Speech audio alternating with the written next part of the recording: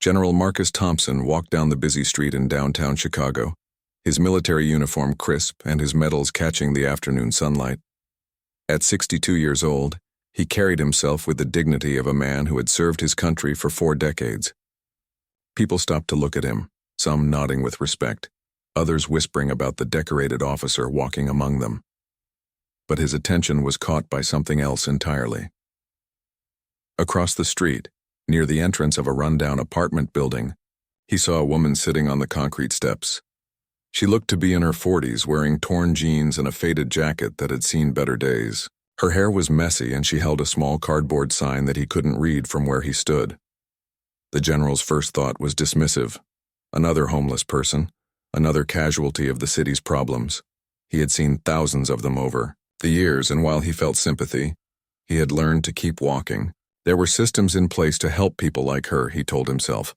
Social services, shelters, programs designed to get people back on their feet. He continued walking toward his destination, a military ceremony at the convention center where he would be receiving another honor for his service. The event was important, with media coverage and fellow officers attending. He couldn't afford to be late or distracted by street situations that were beyond his immediate control. Yet something made him stop. Maybe it was the way the woman sat so still, not calling out to passers-by or actively begging like others he had seen. There was something about her posture, something familiar that tugged at the corner of his memory. She sat, straight-backed, despite her circumstances, with her hands folded neatly in her lap around the sign. The general found himself crossing the street, though he wasn't entirely sure why. As he got closer, he could see more details. The woman's face was weathered, but strong, with high cheekbones and intelligent eyes that seemed to be looking at something far beyond the busy street. Her jacket, though worn, had been military issue at some point. He could tell from the style and the way it fit her shoulders. When he was about 10 feet away, she looked up at him. Their eyes met, and something electric passed between them. The woman's expression changed from weary resignation to shock, then to something that might have been recognition. The general felt his breath catch in his throat, though he couldn't place why. "Excuse me," he said, his voice gentler than he had intended. "Are you all right?" The woman studied his face carefully, her eyes moving from his uniform to his face and back again. She seemed to be struggling with something internal, some decision about whether to speak or remain silent. Finally, she cleared her throat and said, "I'm managing, sir."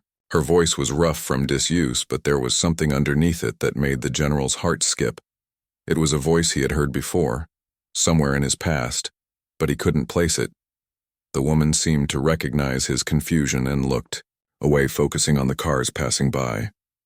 The general noticed that her cardboard sign wasn't asking for money. Instead it read, "Veteran, just need a chance." The words were written in careful block letters, the kind of precise writing that came from military training. This wasn't just any homeless person. This was someone who had served, someone who had fallen through the cracks of the system that was supposed to take care of people like her. "You served?" he asked, though the answer was obvious from her sign and her bearing. She nodded, but didn't elaborate. The general could see that talking was difficult for her, either from disuse or from whatever circumstances had brought her to this point. He wanted to ask more questions, but something told him to be patient. There was clearly a story here, but it would come out in its own time.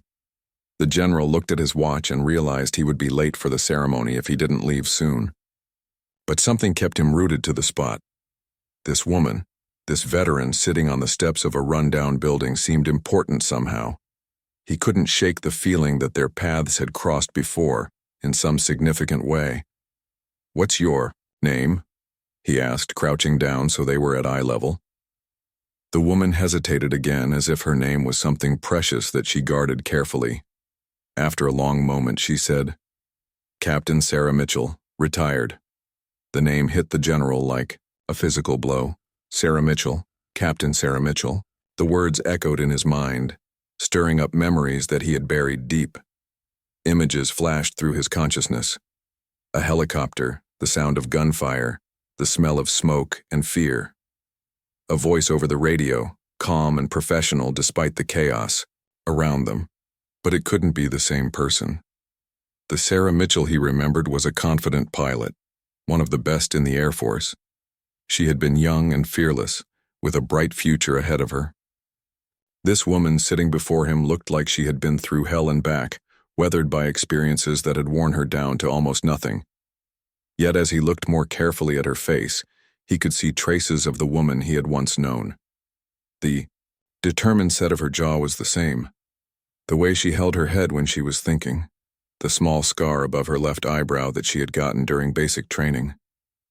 "Captain Mitchell," he said slowly, testing the name on his tongue.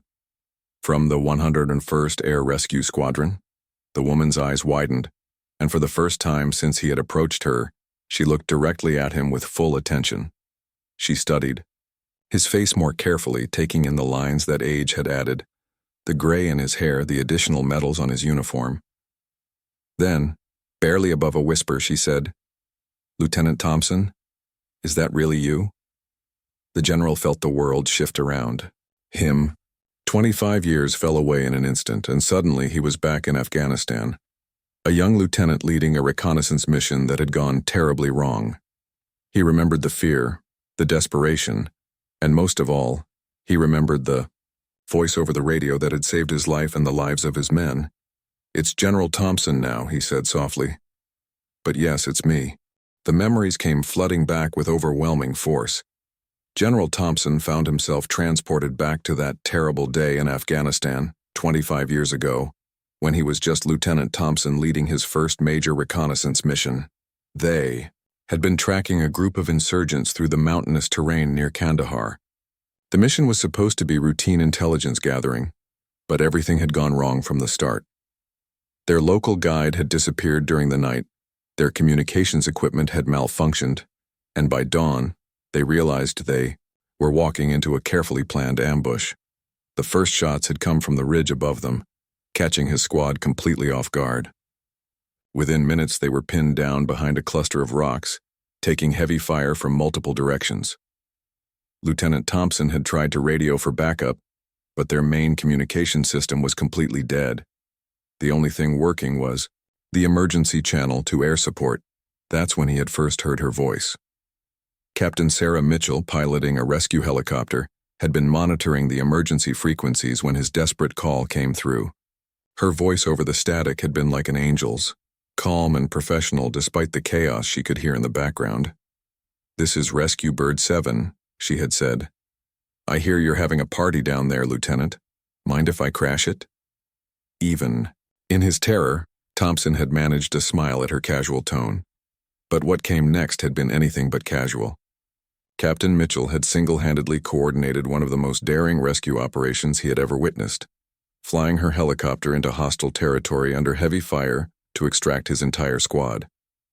Now, sitting on these concrete steps 25 years later, Thompson looked at the weathered woman before him and tried to reconcile her with the fearless pilot who had saved his life.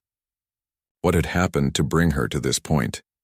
How had someone so capable, so skilled, ended up homeless on the streets of Chicago?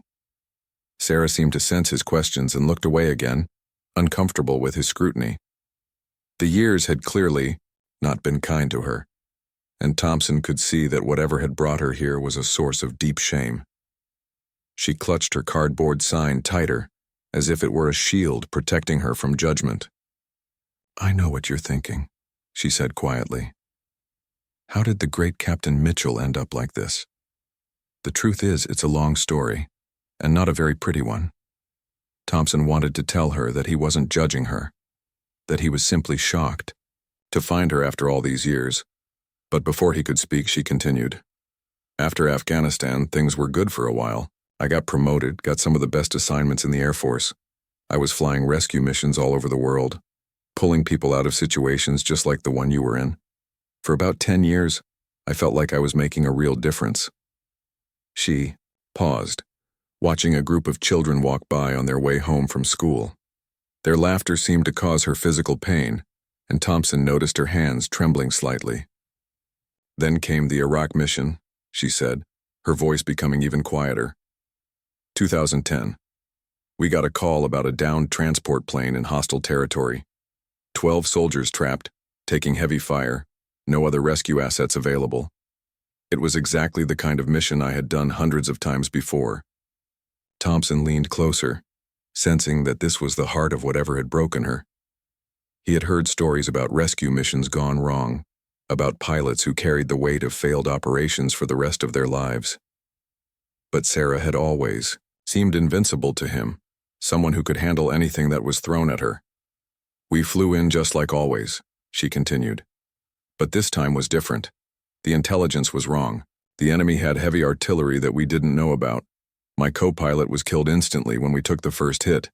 The helicopter went down hard." Her voice broke slightly, and Thompson saw tears forming in her eyes. This was clearly a story she had never told before, or at least not in a long time. He waited patiently, not wanting to push her but hoping she would continue. "I survived the crash, but I was trapped in the wreckage for 6 hours before another rescue team could reach us. During those 6 hours I could hear the soldiers I was supposed to save calling for help over the radio. One by one their voices went silent. All 12 of them died while I lay there helpless, unable to do the one thing I was trained to do." The weight of her words hit Thompson like a physical blow. He could imagine the psychological trauma of such an experience, the guilt that would follow someone for the rest of their lives. To be a rescue pilot and fail to save the people who were counting on you would be devastating beyond description. "The Air Force said it wasn't my fault," Sarah continued. "Bad intelligence, hostile conditions, equipment failure. They gave me a medal and told me I was a hero for surviving. But I knew the truth. Those 12 soldiers died because I failed them." Thompson wanted to protest, to tell her that she was being too hard on herself, but he could see that this guilt had become a fundamental part of who she was now. It had eaten away at her for 15 years, destroying the confident pilot he had once known. "I tried to keep flying for a while after that," she said. "But every time I got in a helicopter, I could hear their voices calling for help. I started making mistakes, hesitating at crucial moments. My superiors noticed, and eventually they grounded me permanently. They said it was for my own safety and the safety of others." The picture was becoming clearer now. A decorated pilot, grounded and struggling with survivor's guilt, would have faced a difficult transition to civilian life.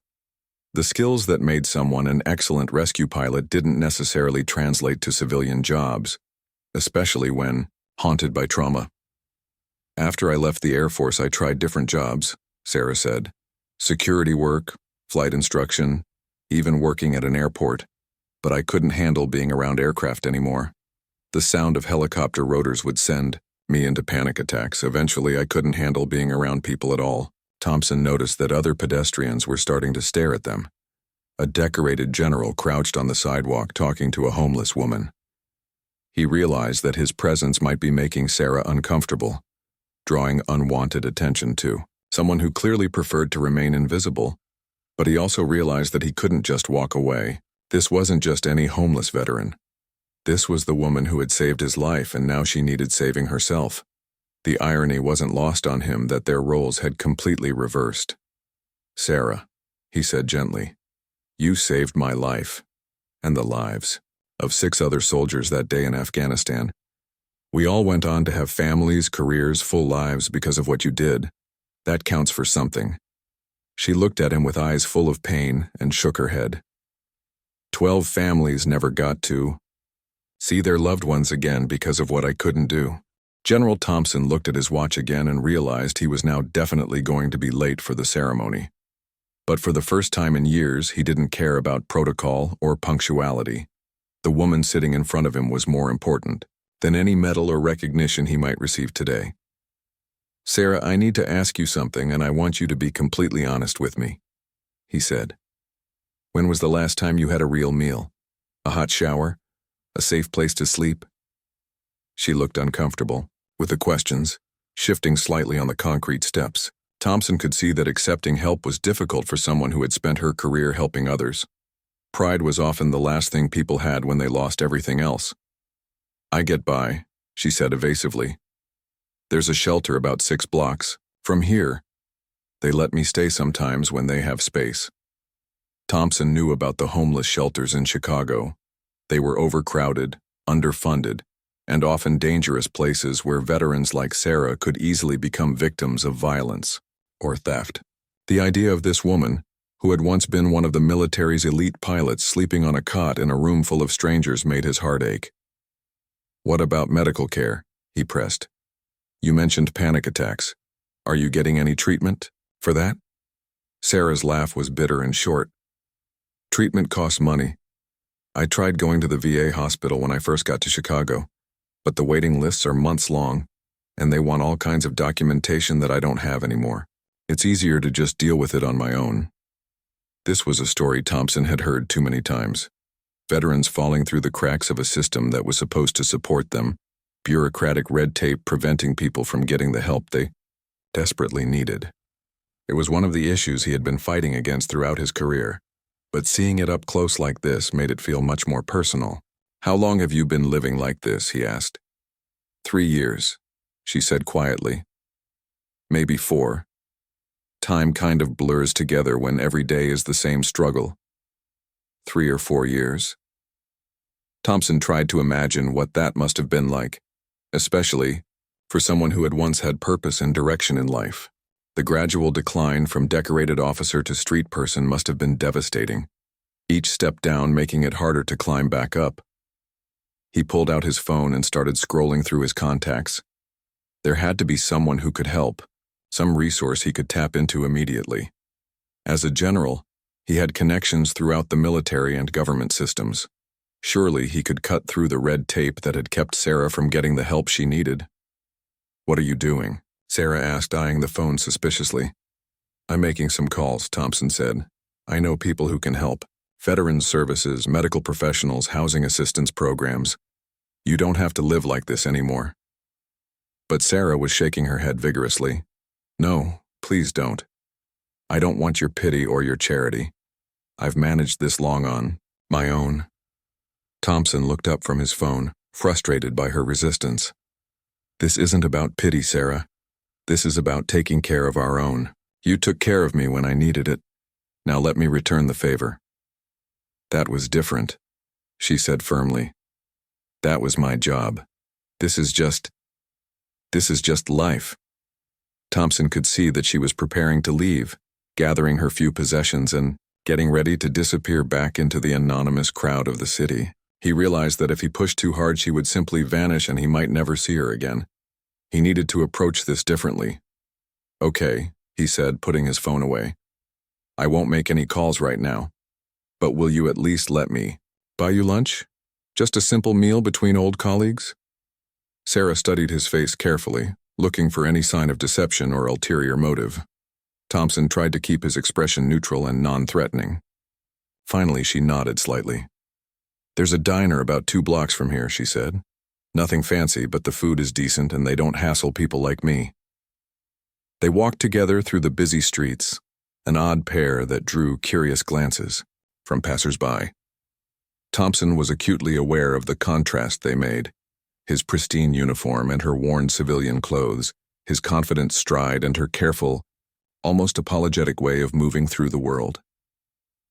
The diner she led him to was exactly what he had expected, a small, slightly run-down place with cracked vinyl booths and fluorescent lighting that had seen better days. But it was clean, and the smell of home cooking filled the air. The waitress, a middle-aged woman with kind eyes, greeted Sarah by name. "Hey, Sarah. Haven't seen you in a while. You doing okay?" "I'm fine, Maria. Just having lunch with an old friend today." Maria glanced at Thompson's uniform with surprise but didn't comment. She led them to a booth in the back corner, away from the windows and other customers. Thompson noticed that Sarah chose the seat facing the exit, a habit that probably came from years of being vulnerable on the streets. As they looked at the menus, Thompson watched Sarah carefully. She was studying the prices rather than the food options, clearly calculating what she could afford. When the waitress returned, Sarah ordered just a cup of coffee. "That's all?" Thompson asked. "I thought we were having lunch." "I'm not really that hungry," Sarah said, but her stomach chose that moment to growl audibly, betraying her lie. Thompson ordered 2 full meals without asking her permission, ignoring her protests. When the food arrived, he watched as she ate with the careful control of someone who had learned not to waste anything. Despite her claims of not being hungry, she finished every bite. "Tell me about the last few years," Thompson said gently. "How did you end up in Chicago?" Sarah was quiet for a long time, staring into her coffee cup as if it held answers to questions she hadn't even asked yet. Finally, she began to speak. "After I left the Air Force, I tried to go back to my hometown in Ohio," she said. "But everyone there still saw me as the local hero who had made it big in the military. I couldn't tell them about the failed mission, about why I really left. The weight of pretending to be someone I wasn't became too much." She paused to take a sip of coffee, her hand still trembling slightly. "I started drinking to help with the nightmares and panic attacks. At first it was just a glass of wine with dinner, then a beer or two to help me sleep, but it escalated quickly.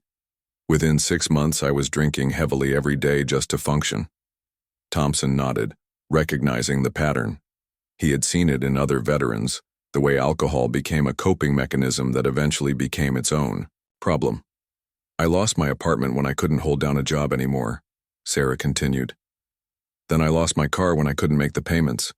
I stayed with different friends for a while, but I could see that my problems were becoming their problems, so I left. And came to Chicago. Chicago was just where the bus I could afford was going," she said with a sad smile.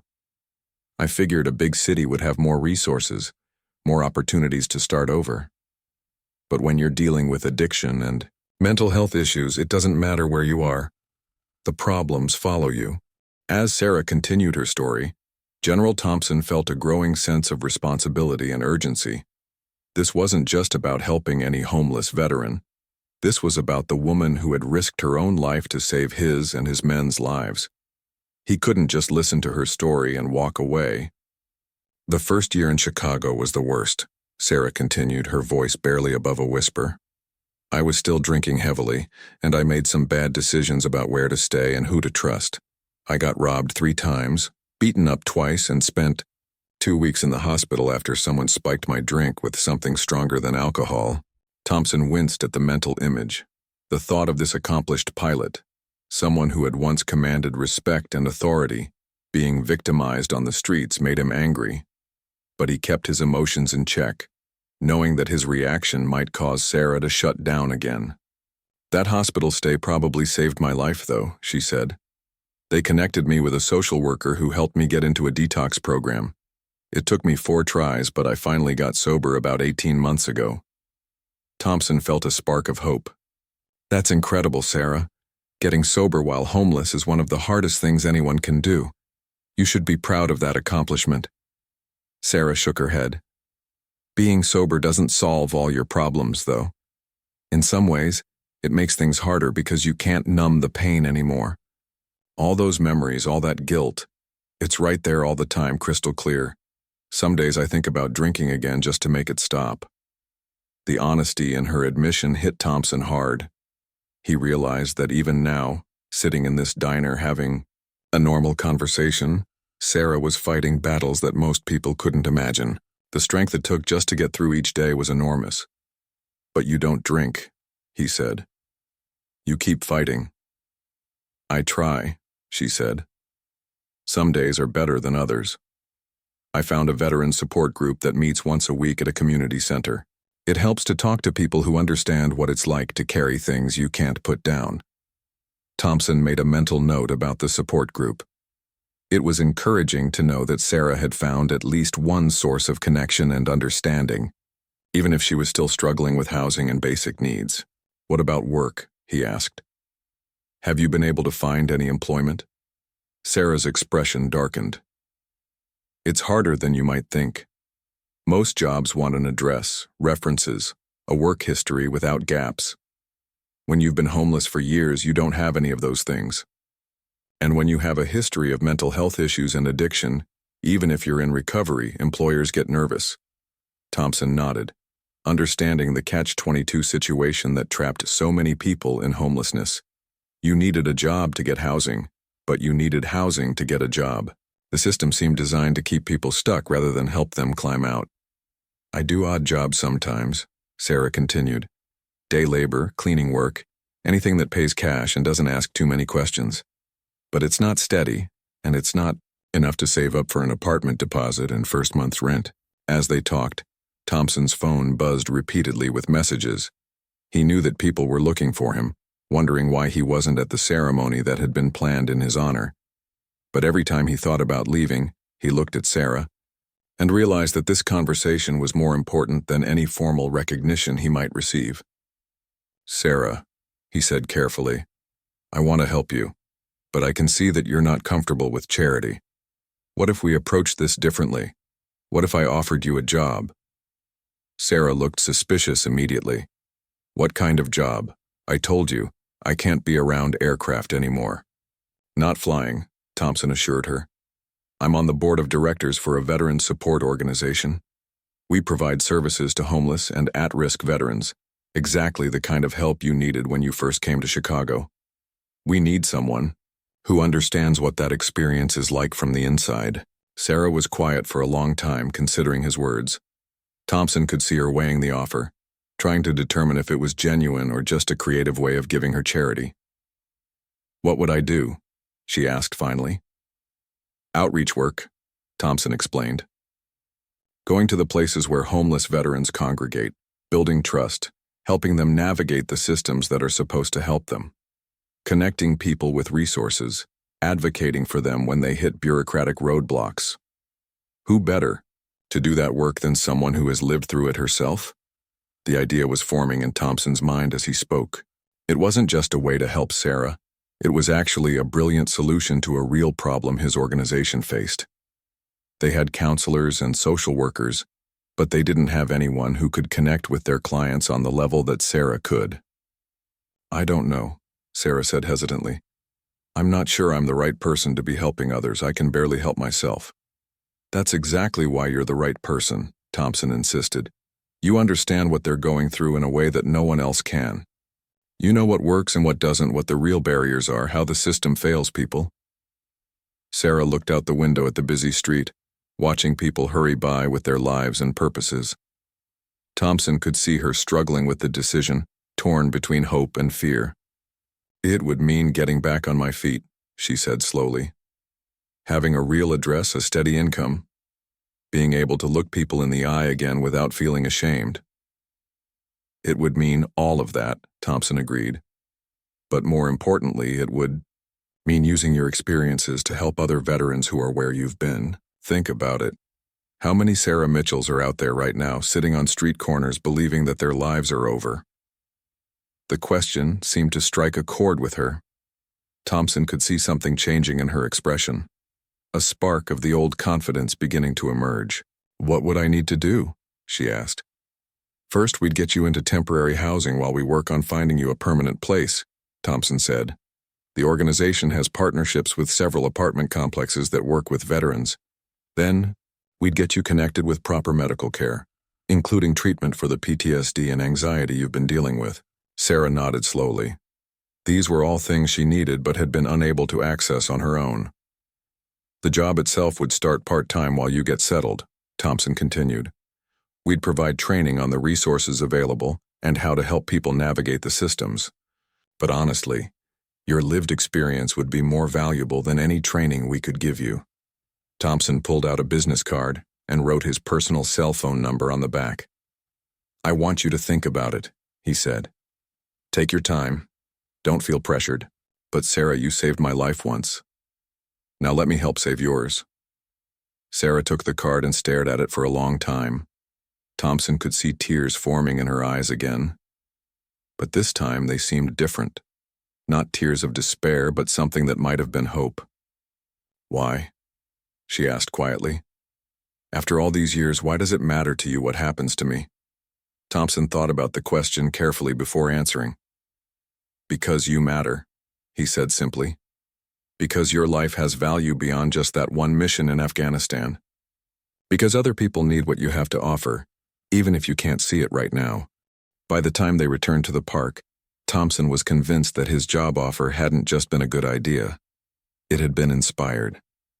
Sarah had been doing informal outreach work for months, building exactly the kind of relationships and trust that his organization needed to be effective. "Sarah," he said as they sat back down on the bench, What you've shown me today proves that you're exactly the person we need for this job. You're already doing the work. We just want to support you in doing it better." Sarah looked at him with surprise. "You still want to hire me? After seeing all this, after knowing what kind of mess my life has been?" "Especially after seeing this," Thompson said firmly. "Sarah, you've turned your own pain into something that helps other people. That's not a weakness, that's incredible strength." For the first time since he had found her on those concrete steps, Sarah smiled. It was a small smile, tentative and fragile, but it transformed her face entirely. For just a moment, Thompson could see the confident pilot she had once been, still there underneath all the pain and hardship. "There's something else I need to tell you," Sarah said, her expression becoming serious again. "About that day in Afghanistan, when I came to rescue you and your men." Thompson tensed, wondering what new revelation was coming. "I almost didn't make it," she said quietly. "My helicopter had mechanical problems from the start of that mission. The engine was running rough and my co-pilot kept telling me we should turn back. Standard protocol would have been to abort and wait for another aircraft." Thompson felt his heart rate increase. He had never known how close his rescue had been to not happening at all. "But I could hear the desperation in your voice over the radio," Sarah continued. "I knew that if we turned back, you and your men would die while waiting for another rescue team. So I made the decision to push forward with a damaged aircraft. You risked your life and your co-pilot's life to save us," Thompson said, finally understanding the full scope of what she had done. "My co-pilot, Lieutenant Davis, he trusted me completely," Sarah said, and Thompson could hear the pain in her voice. "He could have refused to fly that mission, could have reported the mechanical issues and grounded us. But he believed in me, believed in what we were doing." Thompson began to see where this story was heading, and he felt a chill run down his spine. "He was killed in that crash in Iraq," Sarah said, confirming Thompson's fears. "The same crash where I failed to save those 12 soldiers. Davis died because he trusted my judgment, and those soldiers died because I couldn't get to them in time." The full weight of Sarah's guilt became clear to Thompson. She wasn't just carrying the burden of the failed rescue mission. She was carrying the death of her co-pilot, a man who had trusted her completely and paid for that trust with his life. "Sarah," Thompson said gently, "you know that wasn't your fault. The intelligence was wrong. The enemy had weapons you couldn't have known about. Lieutenant Davis knew the risks when he signed up for rescue missions. Knowing something intellectually and feeling it emotionally are two different things," Sarah said. "I've had therapists tell me the same thing when I could afford to see them. But knowing that doesn't make Davis any less dead. It doesn't bring back those 12 soldiers."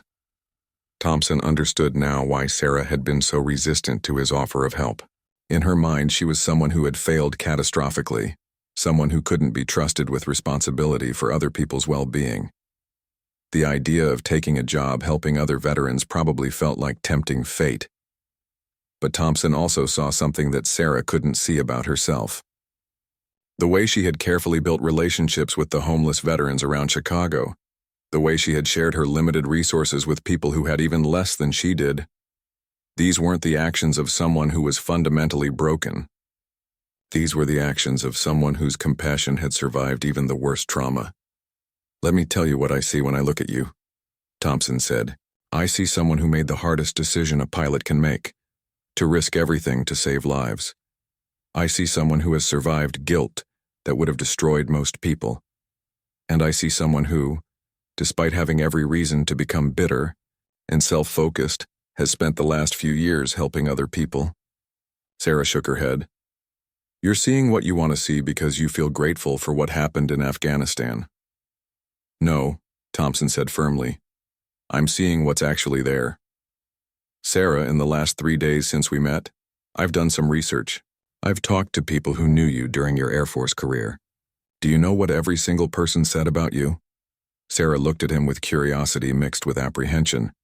"They said you were the pilot they would want coming to get them if they were in trouble. Every single person, without exception. They said you never gave up, never took the easy way out, never left anyone behind if there was any possibility of saving them." Thompson could see that his words were having an impact, that Sarah was starting to see herself through different Eyes, that person is still in there, he continued. The person who wouldn't give up on me and my men is the same person who won't give up on Robert and Maria and James and all the others. You've just been applying those same qualities to different situations. Sarah was crying now, but they were different tears than the ones she had shed at the diner. These seemed to be tears of recognition, of finally seeing something in herself that had been there all along. What if I fail again? She asked. What if I let people down? Then you'll try again, Thompson said simply. Just like you've been, doing every day for the last few years. Sarah, the only real failure would be giving up entirely. And you haven't done that, despite having every reason to. Thompson's phone buzzed again, and this time he looked at it. There were dozens of missed calls and messages from the ceremony organizers, his staff, and fellow officers. The event he was supposed to be attending was probably over by now. You're missing something important, Sarah observed, noticing his phone. No, Thompson said, putting the phone away. I'm exactly where I need to be. As the sun began to set over the city, they sat together on the bench, two veterans whose lives had intersected in the most unlikely way. One had risen to the highest ranks of military leadership, while the other had fallen to the lowest depths of society. But in this moment, they were simply two people who had shared something profound and were now working together to write a different ending to their story. When do I start? Sarah asked quietly. Thompson smiled, feeling a sense of completion that no ceremony or medal could have provided. How about tomorrow? 6 months later, General Thompson stood in the conference room of the Chicago Veterans Support Center, watching Sarah Mitchell address a room full of government officials, social workers, and nonprofit leaders. She wore a simple business suit that the organization had helped her purchase, and her hair was neatly styled. But more than her appearance, it was her presence that had changed dramatically. The current system assumes that homeless veterans are helpless, Sarah was saying to the assembled group. But that's not true. They're survivors who have developed incredible skills for navigating impossible situations. Our job isn't to save them. It's to give them the tools and support they need to save themselves. Thompson smiled as he listened to her speak. In the 6 months since their reunion, Sarah had transformed not just her own life, but the entire approach of their veterans outreach program. She had convinced the organization to hire 3 other formerly homeless veterans as outreach workers, and their success rate in connecting people with services had increased by over 60%. The transition hadn't been easy. Sarah's first few weeks in her new apartment had been marked by panic attacks and sleepless nights. Years of hypervigilance on the streets had made it difficult for her to feel safe in a fixed location. But with proper medical care and therapy, she had gradually learned to trust that her new situation was stable. Her work had been therapeutic in ways that traditional counseling couldn't match. Every person she helped seemed to heal something inside her own spirit. When she successfully got Robert into permanent housing, she had called Thompson with tears of joy in her voice. When she helped Maria find a job that allowed her to keep her daughter with her, Sarah had spoken with more pride than Thompson had heard from her since Afghanistan. The key, Sarah continued her presentation, is meeting people where they are, not where we think they should be. Trust has to be earned, and it takes time. Most of these veterans have been failed by the system multiple times. They're not going to believe that this time will be different until we prove it through our actions. After the presentation, Thompson approached Sarah as the room emptied out. That was incredible, he said. You had them hanging on every word. Sarah looked pleased, but still somewhat amazed by her own transformation. 6 months ago, I could barely order food in a restaurant without having a panic attack. Now I'm giving presentations to city officials. Sometimes I wonder if this is all a dream. It's not a dream, Thompson assured her. It's what happens when someone gets the second chance they deserve. They walked together to Sarah's office, a small but comfortable space that she had decorated with photos of the veterans she had helped over the months. Thompson noticed that she had also hung her old Air Force commendation medals on the wall, something she hadn't been able to look at for years. I have news, Sarah said, settling behind her desk. The City Council voted yesterday to fund 3 new positions based on our program model. They want to expand what we're doing citywide. Thompson felt a surge of pride. That's fantastic. It means you've proven that this approach works. It also means I want to make some changes to how we hire people, Sarah said. I want to create a formal program for training formerly homeless veterans as outreach workers, not just here in Chicago, but as a model that other cities can copy. Thompson was impressed by her vision. Sarah was thinking beyond just her own recovery, or even their local program. She was imagining systematic changes that could help thousands of veterans across the country. What would you need to make that happen? He asked. Funding mostly, Sarah said, and political support. But I think we can get both if we can show clear results. I've been keeping detailed statistics on our success rates, and the numbers are impressive. She pulled out a thick folder full of charts and graphs, evidence of the lives that had been changed through their program. Thompson was amazed by the thoroughness of her documentation. This was the same attention to detail that had made her an excellent pilot, now applied to social work. There's something else, Sarah said, her tone becoming more personal. I've been thinking about Lieutenant Davis a lot lately, about what he would think of what I'm doing now. Thompson waited for her to continue, sensing that this was important. Used to think that honoring his memory meant punishing myself for surviving when he didn't, Sarah said. But I'm starting to think that maybe the best way to honor him is to use my survival for something meaningful, to make sure his sacrifice actually saved lives beyond just that one mission. Thompson felt tears forming in his eyes. This was the breakthrough he had been hoping for, the moment when Sarah finally began to forgive herself and see her survival as a gift rather than a burden. I think Lieutenant Davis would be very proud of what you're accomplishing, Thompson said quietly. Sarah nodded, looking at the photos on her wall. Every person we help, every life we turn around. It's like those Afghanistan rescues continuing. The mission never really ended. It just changed form. Thompson thought about the ceremony he had missed 6 months earlier, the medal he was supposed to have received for his own service. At the time, he had felt guilty about prioritizing Sarah over his official duties. But now, he realized that missing that ceremony had led to something much more important than any personal recognition. Have a confession to make, Thompson said. When I first saw you on those steps, I thought I was doing you a favor by offering to help.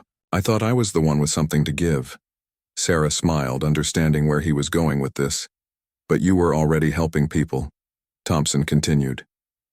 You had already found your purpose again. All I did was give you the resources to do what you were already doing.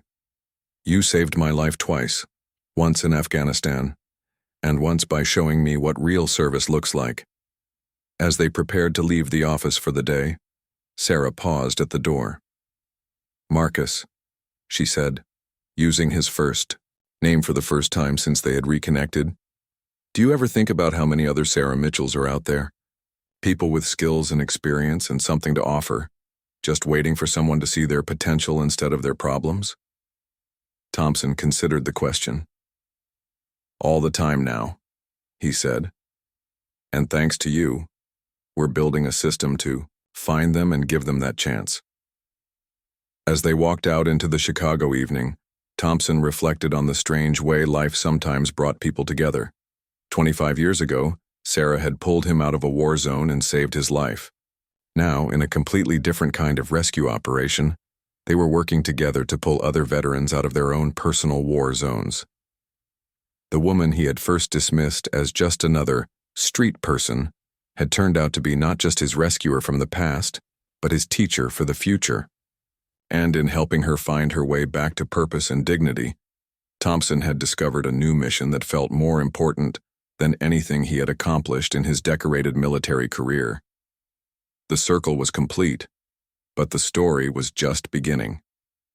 Across the country, there were thousands of veterans who needed what Sarah and Thompson had built together, a bridge between the world that had forgotten them and the future they could still create for themselves.